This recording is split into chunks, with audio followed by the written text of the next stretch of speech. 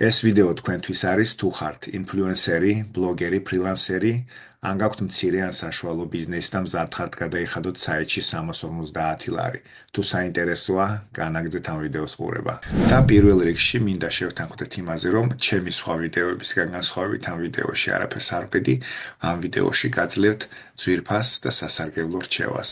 თუ ვიდეოს ყურებისას რამე ტერმინი თქვენთვის გაუგებარი იქნება, პრობლემა არ არის, საქმე სპეციალურად ასეთი შემთხვევებისთვის ჩაწერილი მაქვს ტერმინების განმარტება, ყველაფერი მაქვს ქართულად განმარტებული და ნაჩვენები მაქვს თავისი მაგალითებით, ასე რომ პრობლემა არ შეგექმნებათ.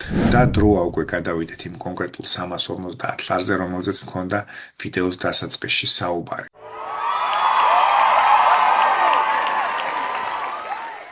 საქმე იმაში არის, რომ საუბარი მაქვს hosting provider-ებზე. საქართველოში გვყავს ჩვენ რამდენიმე კარგი ხარისხიანი Sando hosting provider-ი და Hostnotes-ის მაგალითზე მინდა გითხრათ. აქ არის hosting პაკეტების სხვადასხვა მონაცემებით, რა თქმა უნდა, სხვადასხვა ფასით და მე ვფიქრობ, აი ზუსტად დასახელებაც ხელს უწყობს, სტარტაპი არის ის მინიმალური ხარისხიანი მოცულობა და სიმძლავრე, რომელიც სტარტისთვის გამოგადგებათ და სასწავლად გამოგადგებათ. თვეში როგორც ხედავთ, ეს არის 25 ლარი, წელიწადში გამოდის 300 ლარი და დომენური სახელით რო იყიდოთ, დომენი რო შეიცინოთ, წელიწადში ღირს 50 ლარი. აი ეს არის ის 350 ლარი, საიდანაც შეგიძლიათ დაიწყოთ. თუმცა, სანამ თანხას გადაიხდით, მინდა ნახოთ აი ეს ვიდეო. აი ეს ვიდეო იყენებს დამხმარედ აი ამ რამდენიმე ვიდეოს, შეგიძლიათ აქედან ერთ-ერთი ნახოთ. ეს ყველაფერი შეგიძლიათ უფასოდ გატესტოთ თანხის გადახდის გარეშე. ამის შემდეგ თქვენ უკვე კონკრეტული წარმოდგენა შეგექმნებათ საიტის დამზადების პროცესზე და მიხვდებით, რომ არის თუ არა ეს თქვენთვის საინტერესო, გინდათ თუ არა, რომ უფრო სიღრმისეულად შეისწავლოთ ეს ყველაფერი. თუ უბრალოდ გირჩევნიათ, რომ დეველოპერს გადასცეთ ეს სამუშაო და თანხა გადაიხადოთ საიტის დამზადებაში, აქ უკვე რა თქმა უნდა არჩევანი თქვენზე არის.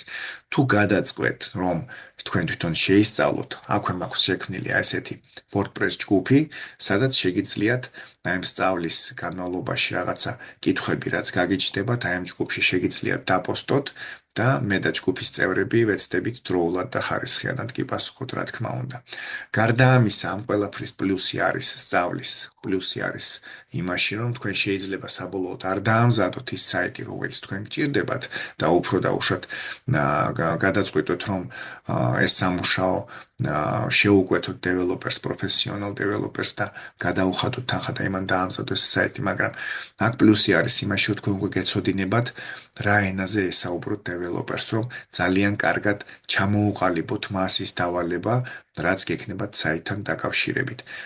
ეს რას გაძლევთ? გაძლევთ იმას, რომ დეველოპერი და დამკვეთი ერთმანეთს ძალიან კარგად გაუგებთ და კარგ ხარისხიან პროდუქტს მიიღებთ.